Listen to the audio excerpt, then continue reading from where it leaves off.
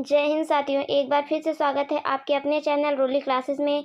हम फिर से हाजिर हैं एक नए टॉपिक के साथ, जिसमें हम UP triple S C ANM से रिलेटेड सभी क्वेश्चन को सॉल्व कराएंगे तथा साथ में टॉपिक वाइज थ्योरी भी कराएंगे और आपकी तैयारी को बेहतर बनाएंगे। तो आप सभी लोग जोश और जुनून के साथ जुड़ जाइए और उन सभी लोगों को शेयर कर दीजिए जिन्होंने UP triple S C ANM का फॉर्म भरा है और जो UP triple S C ANM का पेपर क्लियर करना चाहते हैं। बहुत ही बेहतरीन शानदार कंटेंट के साथ हम फिर से हाजिर हैं।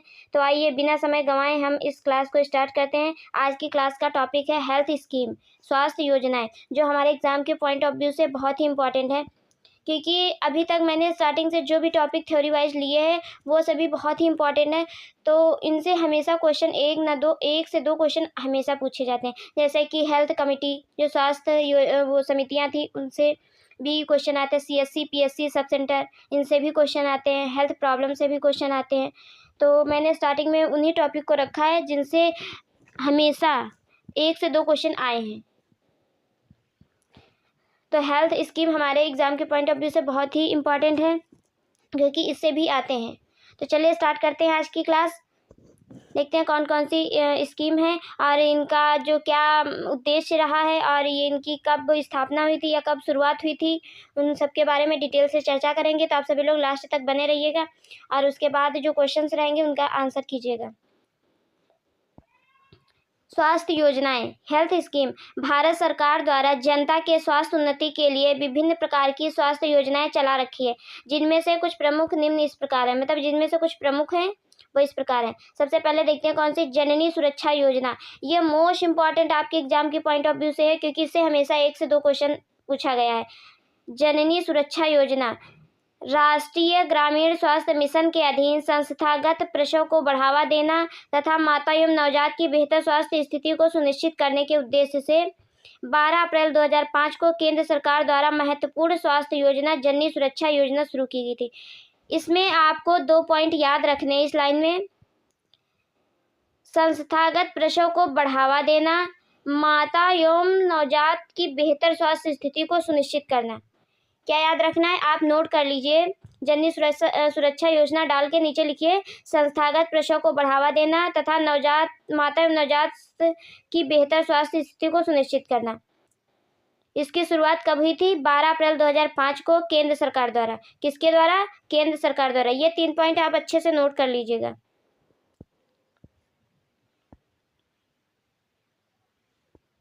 नेक्स्ट पॉइंट है राष्ट्रीय मातृत्व लाभ योजना, नेशनल मैटरनिटी बेनिफिट स्कीम को जननी सुरक्षा योजना के रूप में परिवर्तित किया गया। राष्ट्रीय मातृत्व लाभ योजना जो थी, नेशनल मैटरनिटी बेनिफिट स्कीम को जननी सुरक्षा योजना के रूप में परिवर्तित किया। इसके कुछ उद्देश्य हैं, उद्देश्य आप नोट कर लीजिए, क्योंकि कभी कभी स्टेटमेंट में वो दे देता है उसके उद्देश्य, फिर आपको फाइंड करना होता है कि कौन इसका है या कौन इसका नहीं है। तो जब आपको पता रहेगा इनके कौन कौन से हैं, तो आप तुरंत फाइंड आउट कर लेंगे कि कौन कौन से हैं।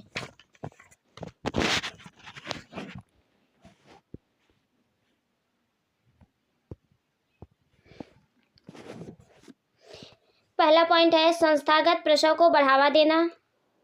सेकंड पॉइंट है माता एवं नवजात की बेहतर स्वास्थ्य स्थिति सुनिश्चित करना, जो अभी स्टार्टिंग में डिफिनेशन में बताया था कि मेन इसका क्या उद्देश्य है। संस्थागत प्रसव को बढ़ावा देना, माता एवं नवजात की बेहतर स्थिति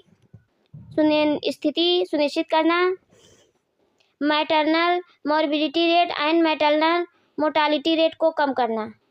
MMR, maternal morbidity and maternal mortality rate को कम करना।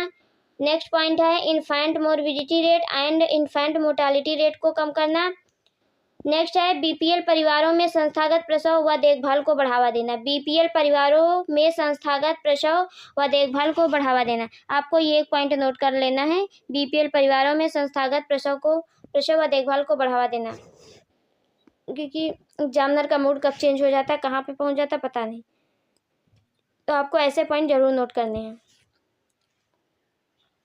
नेक्स्ट है योजना के प्रमुख बिंदु। जो ये योजना है या स्कीम है, उसके महत्वपूर्ण बिंदु कुछ हैं। देश के सभी राज्यों को 2 भागों में बांटकर योजना का काम प्रदान करना।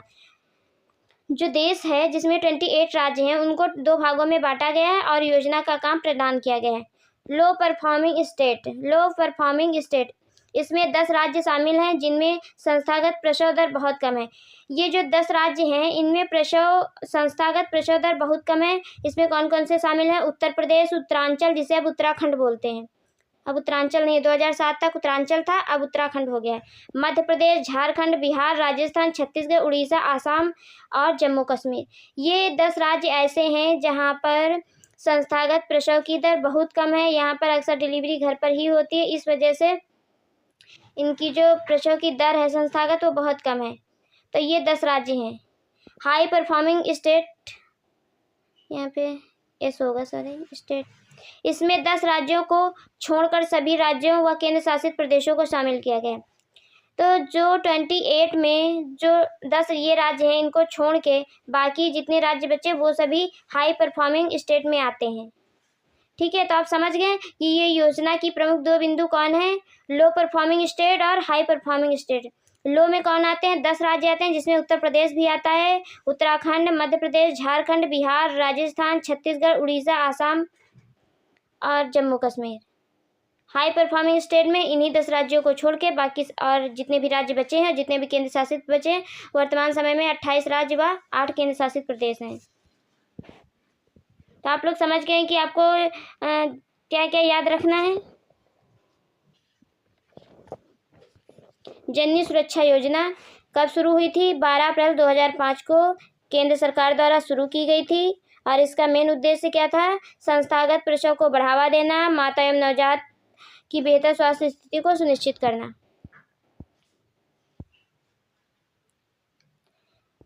नेक्स्ट है जननी शिशु सुरक्षा कार्यक्रम। वहाँ पर था जननी सुरक्षा योजना, यहाँ पर है जननी शिशु सुरक्षा कार्यक्रम। आपको अच्छे से क्वेश्चन को रीड करना है क्योंकि छोटी छोटी गलतियाँ बड़ी भारी पड़ जाती हैं। वहाँ पर है जननी सुरक्षा योजना, यहाँ पर है जननी शिशु सुरक्षा कार्यक्रम। क्योंकि ऐसा होता ना, जननी मैंने देख लिया और हमने टिक कर दिया, ऐसा नहीं है, आपको अच्छे से देखना है क्योंकि यही छोटी छोटी गलतियाँ आगे चल के भारी पड़ जाती हैं। तो देखते हैं इसके बारे में। माताओं और बच्चों के लिए बेहतर स्वास्थ्य सुविधाएं प्रदान करने के उद्देश्य से भारत सरकार ने 1 जून 2011 को, कब? 1 जून 2011 को, आपको क्या याद रखना है? 1 जून 2011 को जननी शिशु सुरक्षा कार्यक्रम शुरू किया गया था। सबसे पहले आपको इसकी डेट याद रखना है कि जननी शिशु सुरक्षा कार्यक्रम कब शुरू हुआ था? 1 जून 2011 को। और जननी सुरक्षा योजना कब शुरू हुई थी? कब शुरू हुई थी आप लोग बताइए कमेंट करके। 12 अप्रैल 2005 को, 12 अप्रैल 2005 को जननी शिशु सुरक्षा योजना 1 जून 2011 को शुरू हुई थी और इसमें भी माताओं और बच्चों की बेहतर स्वास्थ्य सुविधाएं प्रदान करने के उद्देश्य से। कार्यक्रम के तहत सुविधाएं, सरकारी स्वास्थ्य संस्थाओं में प्रसूति बिल्कुल मुफ्त। इसके अंतर्गत क्या है? जो डिलीवरी है सरकारी संस्थाओं में, जैसे CSC, PSC, डिस्ट्रिक्ट हॉस्पिटल, इस तरह के जो भी गवर्नमेंट हॉस्पिटल हैं, संस्थान हैं, वहाँ पर डिलीवरी बिल्कुल मुफ्त हो गई। नेक्स्ट पॉइंट है सिजेरियन सेक्शन की सुविधा बिल्कुल मुफ्त। इनका कहने का मतलब ये है कि जो सिजेरियन सेक्शन होता है, LCS या पर CS जो भी होता है, वो सभी उनकी सुविधा मुफ्त होंगी, बिल्कुल मुफ्त। नेक्स्ट है साथ ही दवाइयाँ, 3 दिन खाना सामान्य प्रसूति की स्थिति में और 7 दिन तक ऑपरेशन की स्थिति में। मतलब अगर नॉर्मल डिलीवरी होती है तो 3 दिन तक, और अगर ऑपरेशन होता है तो उसकी स्थिति में 7 दिन तक। सभी जांचें, खून की व्यवस्था, घर से अस्पताल जाने की सुविधा, नवजात को 30 दिन तक मुफ्त इलाज। ये सारी सुविधाएं किसमें दी जा रही हैं? जननी शिशु सुरक्षा कार्यक्रम के अंतर्गत। लेकिन आपको इसकी डेट याद रखना है और इसमें जैसे कि ये पॉइंट दिया गया है, ऑपरेशन से प्रसूति की सुविधा बिल्कुल मुफ्त, जो भी डिलीवरी वगैरह होंगी वो बिल्कुल मुफ्त यहाँ पे कराई जाएंगी। नेक्स्ट है आपात स्थिति में लाने ले जाने की व्यवस्था एवं NC-PNC तथा बीमार शिशु की जटिलता की देखभाल करना। तो ये सभी किसमें है? जननी शिशु सुरक्षा कार्यक्रम। नेक्स्ट स्कीम है नवजात शिशु सुरक्षा कार्यक्रम। इससे पहले क्या था? जननी शिशु सुरक्षा कार्यक्रम, अब है नवजात शिशु सुरक्षा कार्यक्रम। इसको शॉर्ट फॉर्म में कहते हैं NSSK, नवजात शिशु सुरक्षा कार्यक्रम। आप शॉर्ट फॉर्म में कभी कभी ऐसे भी पूछ लेता है NSSK का फुल फॉर्म क्या है, तो आप इसको भी याद रखेंगे। एनएसएस के तहत सभी स्वास्थ्य कर्मियों को नवजात देखभाल एवं पुनर्जीवन प्रक्रिया रिससिटेशन में प्रशिक्षित करना। यहाँ पर क्या करना है, जो सभी स्वास्थ्य कर्मी हैं जो नवजात की देखभाल करते हैं पुनर्जीवन प्रक्रिया में, उन्हें प्रशिक्षित करना। इस कार्यक्रम की शुरुआत शिशु देखभाल के दौरान उत्पन्न समस्याओं जैसे शरीर के तापमान के कम होने की स्थिति, हाइपोथर्मिया में रोकथाम, संक्रामक की रोकथाम, तुरंत स्तनपान कराना, इन सब स्थिति में उनको प्रशिक्षित किया जाता है जो लोग उनको देखते हैं। और नवजात की आधारभूत पुनर्जीवन प्रक्रिया में कौशलता तथा दक्षता प्रदान करना, मतलब एक तरह से उनको ट्रेनिंग देना। नेक्स्ट है वंदे मातरम योजना। ये आपके एग्जाम के पॉइंट ऑफ व्यू से बहुत ही इंपॉर्टेंट है क्योंकि वंदे मातरम योजना कई बार पूछी जा चुकी है।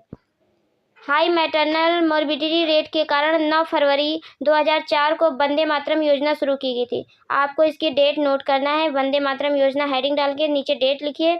9 फरवरी 2004 को वंदे मातरम योजना शुरू की गई थी। क्यों? हाई मैटरनल मोर्बिडिटी रेट के कारण। प्रत्येक माह की 9 तारीख को राजकीय एवं निजी चिकित्सा संस्थानों को सभी विशेषज्ञ ओपीडी आउट पेशेंट डोर में गर्भवती महिलाओं को निःशुल्क प्रसव पूर्व व प्रसवोत्तर जांच एवं परामर्श सेवाएं ऐच्छिक रूप से प्रदान कर रहे हैं। किस दिन? प्रत्येक माह की 9 तारीख को, क्योंकि इसकी जो स्थापना हुई थी या शुरुआत हुई थी वो 9 फरवरी 2004 को हुई थी। नेक्स्ट है लाभार्थियों को निःशुल्क सेवाएं प्रदान करते हैं। लाभार्थियों को निःशुल्क सेवाएं प्रदान करते हैं। आयरन व फॉलिक एसिड की गोलियों का वितरण। आयरन फॉलिक एसिड की गोलियों का वितरण। तो आपको इसमें क्या याद रखना है? 9 फरवरी 2004 को स्टार्ट हुई थी हाई मैटरनल मोर्बिडिटी रेट के कारण। नेक्स्ट है गर्भ निरोधक गोलियां। फिर नेक्स्ट है टीटी इंजेक्शन आदि। सभी मरीजों को जिन्हें निदान पश्चात उच्च देखभाल की आवश्यकता होती है उन्हें वंदे मातरम कार्ड के साथ सरकारी चिकित्सालयों में रेफर किया जाता है और इनका एक वंदे मातरम कार्ड भी बनता है जिन्हें उच्च देखभाल की आवश्यकता होती है। तो आपको क्या याद रखना है? डेट याद रखना है अच्छे से कि कब ये हुई थी। तो 9 फरवरी 2004 को वंदे मातरम योजना शुरू हुई थी। इस योजना के अंतर्गत नामांकित सभी चिकित्सक अपने क्लिनिक या नर्सिंग होम पर वंदे मातरम का लोगो प्रदर्शित करते हैं और लाभार्थियों को निःशुल्क सेवाएं प्रदान करते हैं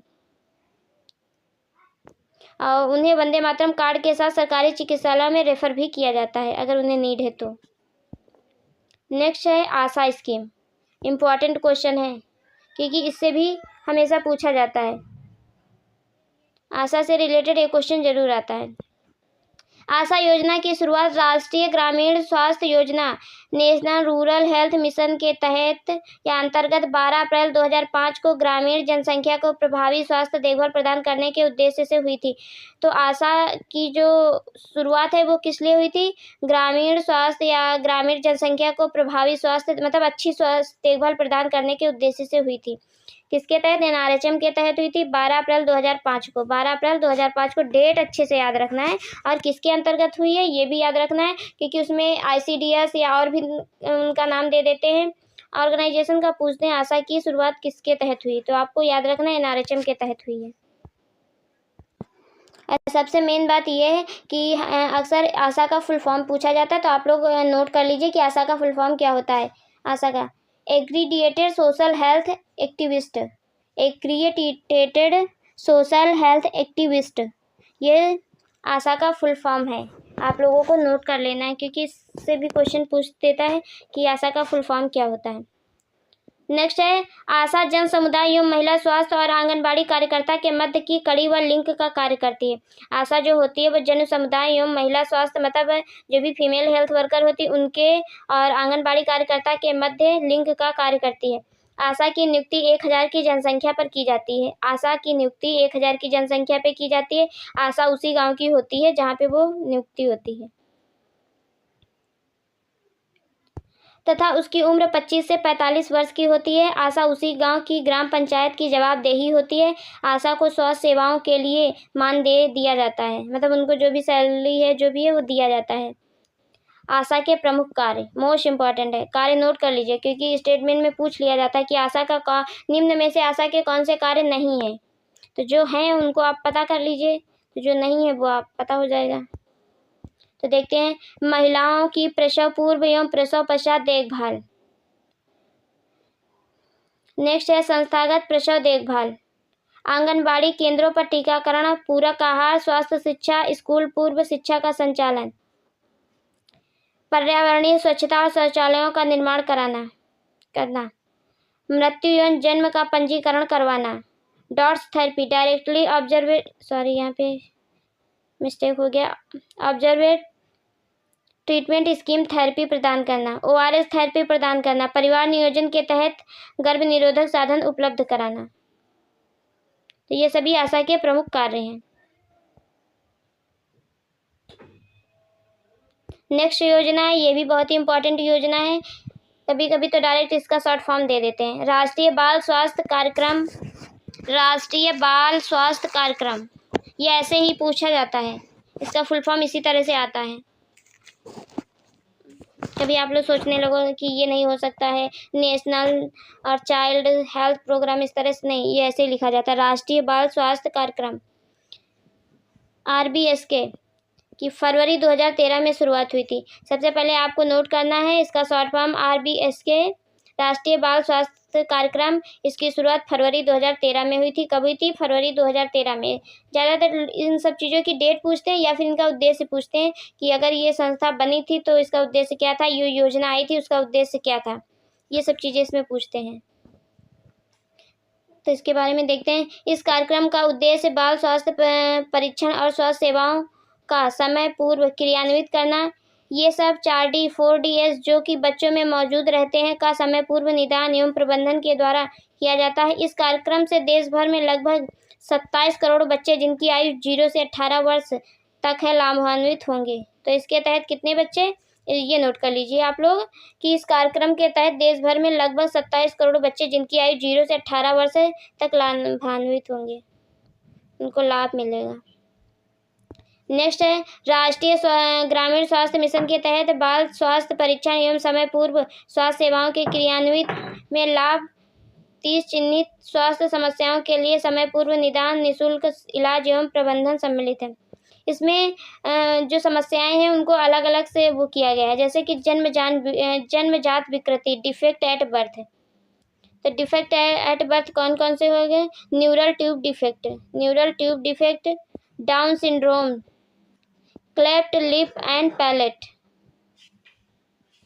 टेलीपेस, development dysplasia of the hip. इन्होंने कैटेगरी वाइज अलग अलग दिया है, लेकिन आपको इसकी डेट याद रखना है कि किस डेट पे ये हुआ था। तो कब हुआ था?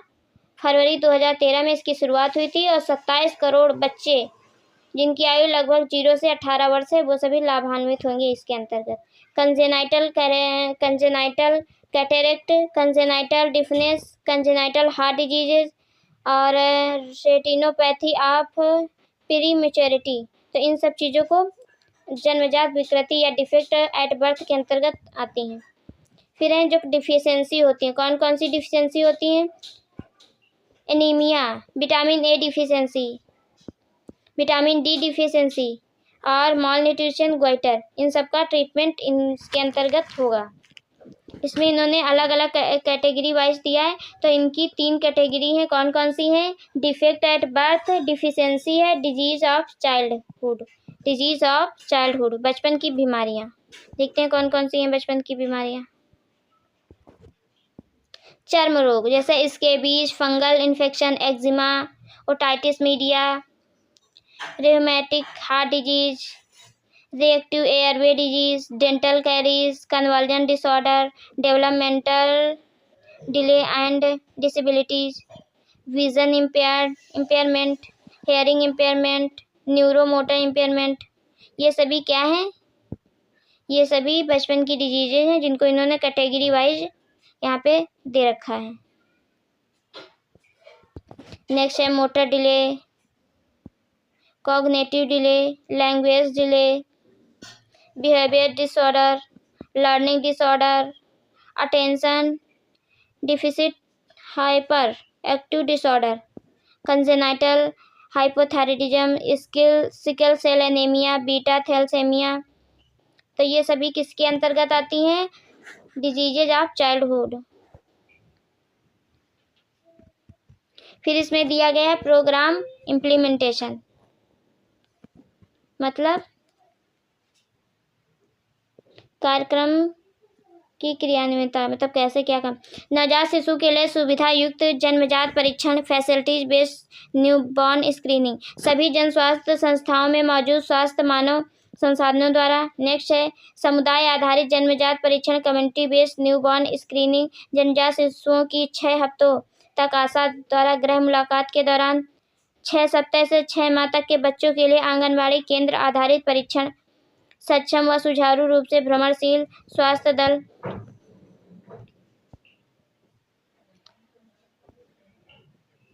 नेक्स्ट स्कीम है जो आपके एग्जाम्स के पॉइंट ऑफ व्यू से इम्पोर्टेंट है, मिशन इंद्रधनुष। मिशन इंद्रधनुष भारत में पिछले 30 वर्षों से यूनिवर्सल इम्यूनाइजेशन प्रोग्राम चल रहा है। इसके बावजूद भी 100% टीकाकरण नहीं हो पा रहा है। सभी टीकाकरण योग्य शिशुओं के पूर्व टीकाकरण तथा वर्तमान टीकाकरण कार्यक्रम को सुदृढ़ बनाने हेतु भारत सरकार ने 25 दिसंबर 2014 को मिशन इंद्रधनुष कार्यक्रम प्रारंभ किया। आपको ये डेट याद रखना है, 25 दिसंबर 2014 को मिशन इंद्रधनुष कार्यक्रम शुरू हुआ था। और ये किस प्रोग्राम के तहत कार्य करता है? तो यूनिवर्सल इम्यूनाइजेशन प्रोग्राम के तहत। मिशन इंद्रधनुष का प्रमुख लक्ष्य 2 वर्ष की आयु के बच्चों और गर्भवती महिलाओं को सभी उपलब्ध टीकों के साथ संपूर्ण प्रतिरक्षण सुनिश्चित करना, मतलब 100% सभी का वैक्सीनेशन हो, टीकाकरण हो। मेन इसका यही उद्देश्य था। भारत सरकार ने देश के 28 राज्यों में 201 ऐसे जिलों की पहचान कर टीकाकरण से पूरी तरह से वंचित 5 साल से कम उम्र के बच्चों का टीकाकरण वर्ष 2020 तक करने का लक्ष्य बनाया है। इनमें से मतलब बनाया था जब 2014 में स्टार्ट हुई थी। इसमें से 82 जिले उत्तर प्रदेश, बिहार, मध्य प्रदेश एवं राजस्थान से थे।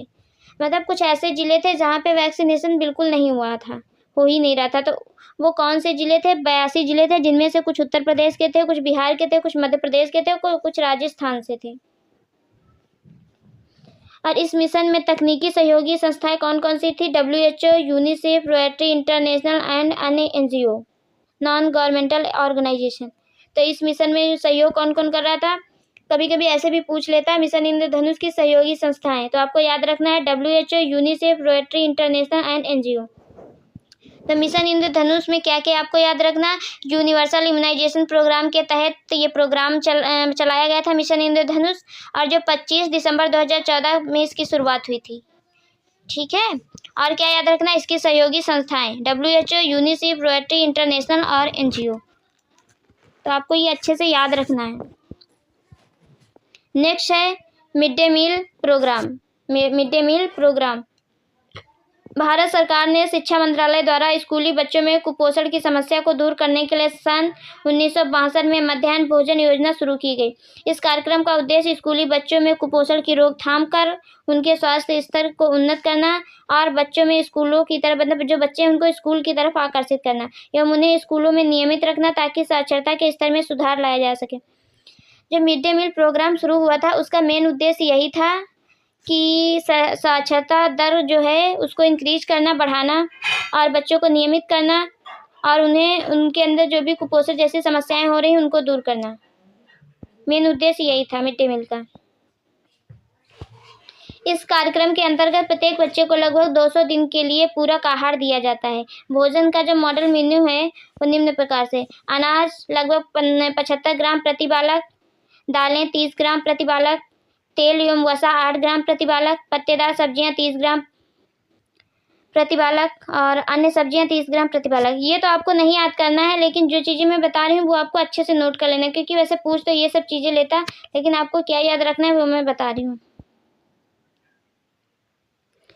Mid day meal scheme. Mid day meal scheme इस कार्यक्रम को प्राथमिक शिक्षा के सहयोगी राष्ट्रीय पोषण कार्यक्रम, national programme of nutritional support and primary education के नाम से जानते हैं। इस कार्यक्रम को प्राथमिक शिक्षा के सहयोगी राष्ट्रीय पोषण कार्यक्रम के नाम से भी जाना जाता है। केंद्र द्वारा संचालित इस कार्यक्रम को 15 अगस्त 1995 में शुरू किया गया। ये कब शुरू किया गया है? 15 अगस्त 1995, ये डेट आपको नोट कर लेना है। मिड डे मील स्कीम जो है वो केंद्र द्वारा संचालित इस कार्यक्रम को 15 अगस्त 1995 में शुरू किया गया तथा 2004 में इस कार्यक्रम में संशोधन किया गया, लेकिन आपको डेट याद रखना है कब शुरू किया है। कार्यक्रम के उद्देश्य बच्चों को स्कूल में दाखिला कराना यानी एडमिशन कराना तथा उन्हें रोक के रखना और उन्हें पोषण का ध्यान रखना। उद्देश्य की पूर्ति के लिए कक्षा 1 से 5 तक सभी बच्चों को कम से कम पूर्ण पका हुआ भोजन खाना मिले, जिसमें सबसे इम्पोर्टेंट है 300 कैलोरी एवं 8 से 12 ग्राम प्रोटीन उपलब्ध कराना। ये पॉइंट आपको नोट कर लेना है इसके अंतर्गत, 300 कैलोरी एंड 8 से 12 ग्राम प्रोटीन उपलब्ध कराना। कभी कभी वो पूछ लेते हैं कि मिड डे मील स्कीम के तहत बच्चों को कितनी कैलोरी और कितना प्रोटीन प्रदान करना है, तो आप इसको नोट कर लीजिए, 300 कैलोरी और 8 से 12 ग्राम प्रोटीन उपलब्ध कराना। तो आप लोगों को बताना है कि वीडियो कैसी लगी, अच्छी लगी तो लाइक शेयर सब्सक्राइब कीजिए और आप लोग कमेंट जरूर करके बताएंगे कि आपके लिए ये क्लास कितनी हेल्पफुल रही है, क्योंकि इसमें जो भी मैंने टॉपिक लिया है स्कीम का टॉपिक था, इसमें जितनी भी स्कीम थी इम्पॉर्टेंट स्कीम थी, इन सब से हमेशा 1 से 2 क्वेश्चन जरूर आता है स्कीम से रिलेटेड। तो जितना मैंने बताया उतना आप लोग नोट कर लीजिए और उसको 1 से 2 बार रिवाइज कर लिए। इसके जो क्वेश्चंस हैं वो नेक्स्ट वीडियो में लेके आऊँगी, वो दोपहर में क्लास होगी आपकी। तो चलिए अपनी क्लास को यहीं पे एंड करते हैं, मिलते हैं नेक्स्ट वीडियो में, तब तक के लिए bye bye, take care, thank you so much.